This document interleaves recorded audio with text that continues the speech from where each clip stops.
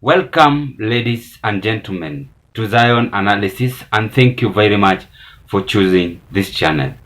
Francis Atwoli is now coming out publicly to condemn President William Samoei Ruto on the high cost of living based on the social workers in the Republic of Kenya. And do we recall how Ruto enticed Francis Atwoli? And I think I did this analysis on how Francis Atwoli have been captured by the so-called deep state system.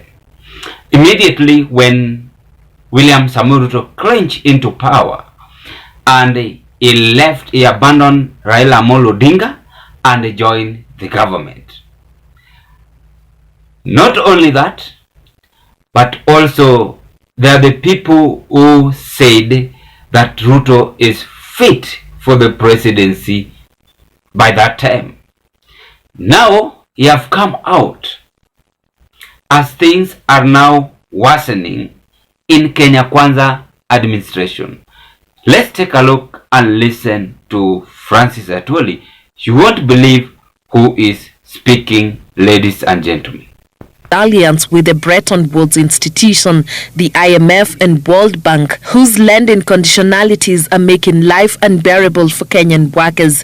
Kotu Secretary General Francis Atwoli accused the Central Bank of Kenya of collaborating with the lenders to intentionally devalue the Kenya shilling, further driving the cost of living to astronomical levels. To put a stop on depreciation of our shilling, it doesn't reflect the actual economic activities on the ground, unless if they are answering to World Bank and IMF. And this will be dangerous to the Republic of Kenya.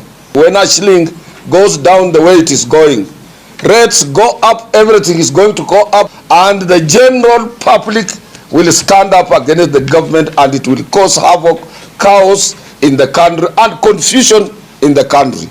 And will not have a government. While releasing a report titled Turning the Tide on Kenya's Economy, Recovery and Prosperity Through the Workers' Lenses, Atwoli pointed that current taxation policies have negatively impacted the Kenyan employees and urged the government to urgently restore investor confidence as a solution to job creation. Atwoli also questioned the government's wisdom of borrowing, saying the government cannot get out of a mess created by unmitigated borrowing, which he says has exposed Kenyans to overtaxation, which is unsustainable. We must also ask our economists in the government, those in Treasury and Central Bank of Kenya, to appropriately advise the government that overborrowing is dangerous. When people are highly taxed, people resort to applying black market system. Like now, for example, pay bills are no longer working in Kenya. How is the government going to realize revenue for the purposes of running the same government? So government must review. I believe you've listened to that video of Francis Atwoli. Now on our today's analysis, we want to have a candid discussion. Why do you think Atwoli is regretting or making such kind of U-turn? Before I do that, if this might be your first time watching me at Zion Kenya TV YouTube channel, kindly take a 1 second and click the subscriptions button and subscribe to our YouTube channel. After you've subscribed, watch our videos, like, share, and give us your opinion. And to the members, I want to be very much grateful because you are doing marvelous job. If it was not your support to this channel, then this channel could have not reached where it is as at now. As this is happening, let's look. UDA fans are against Ruto, and that is what is now trending. Allow me just to share with you this picture. Ruto have been given 78.9% there, Uhuru Kenyatta 21.1%. No, those are things now happening.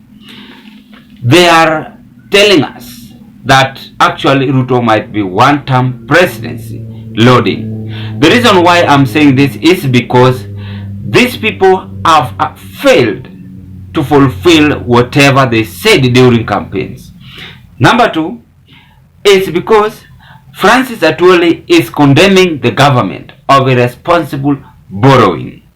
Yesterday evening, I did the analysis on the IMF, and I said very well, if you follow me, that IMF are the people who ensured Ruto into power.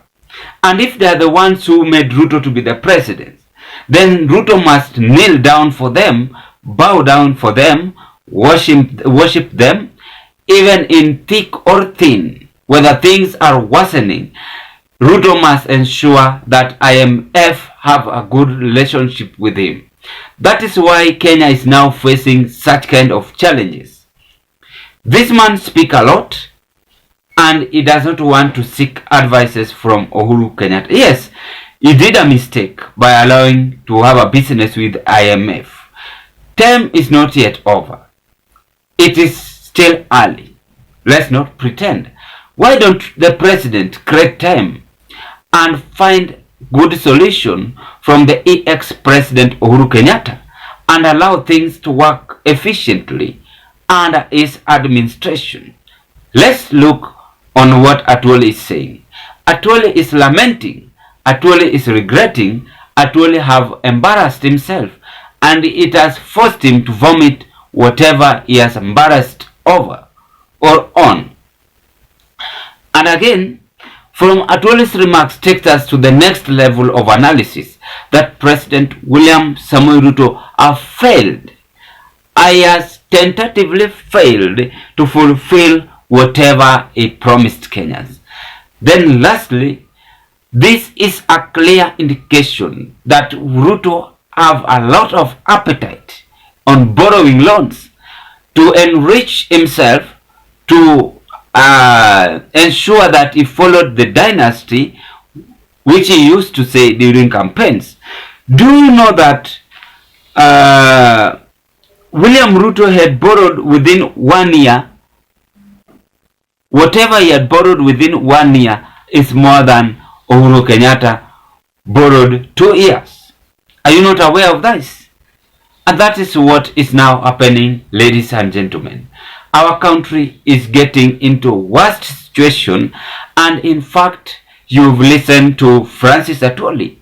If you see Atwoli is complaining, even though they are the ones who allowed this to happen, because Uhuru warned them and they disagreed with Uhuru.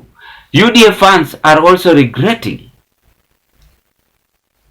Sasa wagani wamepangwa, ni UDA ama ni opposition?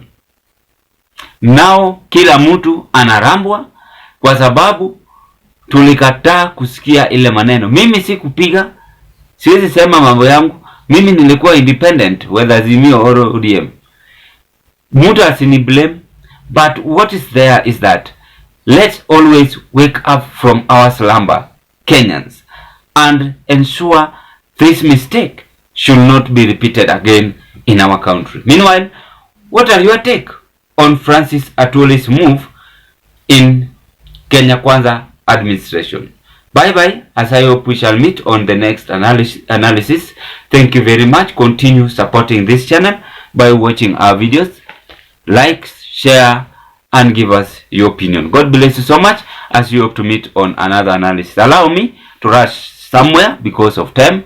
I promise you I will be back soon on the next analysis. Bye bye.